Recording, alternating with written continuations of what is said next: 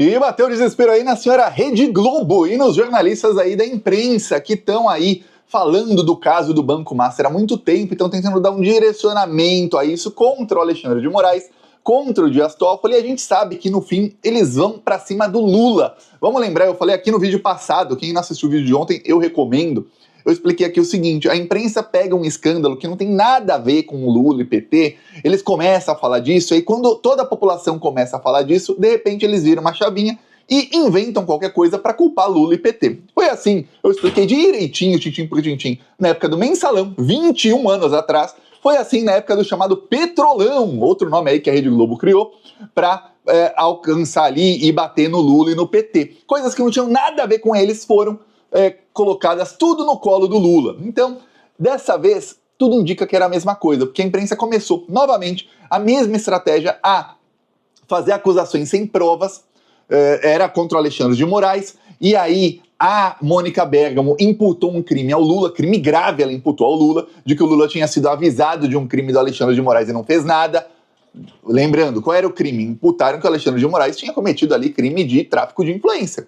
Ele tinha usado a influência dele como ministro do STF para influenciar a investigação do Banco Central sobre o Banco Master. Porque a esposa dele, segundo a mesma jornalista da Globo, que é jornalista bolsonarista, a esposa dele teria um contrato com esse banco. Um contrato que até agora ela não apresentou esse contrato assinado. Então, um contrato sem assinatura, estranho, né? O jornalista Eduardo Guimarães fala que não tem assinatura. Ele crava que não tem assinatura esse contrato, que não existe. Contrato sem assinatura não vale. A imprensa também não encontrou esse contrato em cartório. Alguém consegue imaginar um contrato de 130 milhões de reais que não foi firmado em cartório algum? Você fala, pô, estranho, né? Muito estranho. Eu vou falar, nunca vi. Aí ficou ruim aí para a imprensa, eles tomaram uma nova rota e passaram a atacar anteontem o Alexandre de Moraes novamente nesse caso. Só que não contavam que o Toffoli ia prender o cunhado do Vorcaro. O cunhado do Vorcaro que doou para a campanha do Tarcísio e do Bolsonaro. Ou seja, a investigação está chegando em quem doou para Tarcísio e Bolsonaro. É ruim para a Globo. Aí a narrativa deles perde muito valor e perde ali o objeto. Então, o que aconteceu? Como eu previa, os jornalistas passaram a atacar o Dias Toffoli de todas as maneiras. Só que, olha só o que aconteceu. O Toffoli começou a brigar com a Polícia Federal. Como assim, Thiago? Por quê? Porque a Polícia Federal fez a operação atrasada. Thiago, como assim atrasada? Olha, eu vou te falar, você vai falar que isso é uma loucura, uma vergonha o que aconteceu, tá bom? Primeiro, a Polícia Federal começou a falar que, olha, provas podem ser perdidas na operação, várias matérias falando disso aí, ó.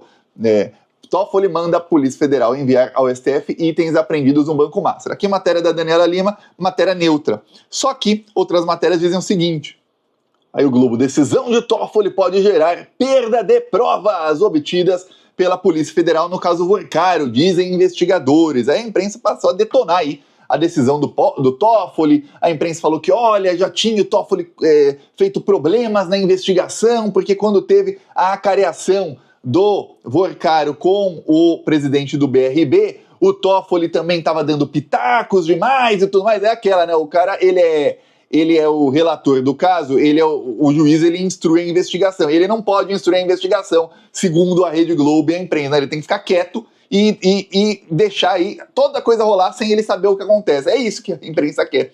Engraçado que essa mesma imprensa, na época do Sérgio Moro, deixava o Sérgio Moro cometer todo tipo de arbitrariedade. Vimos aqui, eu mostrei vídeo aqui no Plantão Brasil há cerca de 2, 3 semanas, a Andréia Sadi e o Merval Pereira numa discussão ali, discussão em que os dois estão do mesmo lado, né? Falando que, olha, causa muita estranheza, que o Toffoli está investigando rápido demais. Falou o quê? Agora investigar rápido é problema. Olha, ele tornou a investigação sigilosa, como é que pode?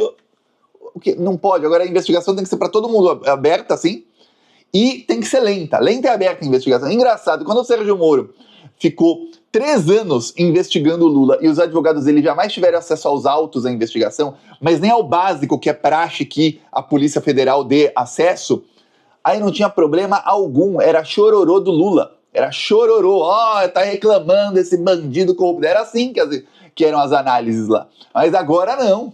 Agora a investigação tá rápida demais. Você começa a desconfiar, né? quando começa a dar crédito para Malu Gaspar e a falar que a investigação tá rápida demais e a pedir menos sigilo na investigação. Você falou... Só que tem um motivo para o Toffoli ter mandado ali, ter tomado a decisão que ele tomou. Qual decisão foi, Thiago, que a imprensa está criticando? Ele mandou que as provas fossem lacradas, enviadas ao STF, e não ficassem com a Polícia Federal. Que as autoridades competentes, provavelmente ligadas ao STF, não à Polícia Federal, vão aí periciar essas provas. Mas, Thiago, por que não a Polícia Federal? Tem uma coisa que o pessoal fala, mas é a Polícia Federal do Lula. Não, não venha com essa. Isso não existe. Isso não existe. O Lula sofreu uma tentativa de golpe em 2005, que era a tal do mensalão, era a Polícia Federal do, abre aspas, do Lula. A Lava Jato foi na Polícia Federal, abre aspas, da Dilma. O Lula dá autonomia para a Polícia Federal. Tá cheio de delegado bolsominion, tá cheio de delegado ligado a muita gente que você nem imagina quem. Tá cheio de gente com interesses por trás de muita coisa. Foi no governo Lula que eu fui chamado para depor na Polícia Federal por um delegado bolsominion que escutou um monte, saiu com a orelha vermelha, porque ele queria me prender por um tweet que eu fiz sobre a Júlia Zanatta. Júlia Zanatta, deputada aí bolsonarista. O tweet nem citava o nome dela, nem tinha foto dela, nem tinha referência direta ou indireta a ela. E o cara queria me prender por isso. Então você veja que não tem essa de, abre aspas, a Polícia Federal do Lula. Não tem. Aí o que acontece?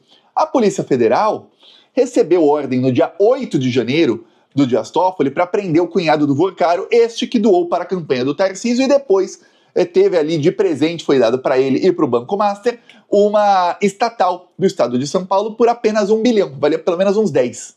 E a imprensa não citou esse enorme crime do Tarcísio. Não, deixa privatizar.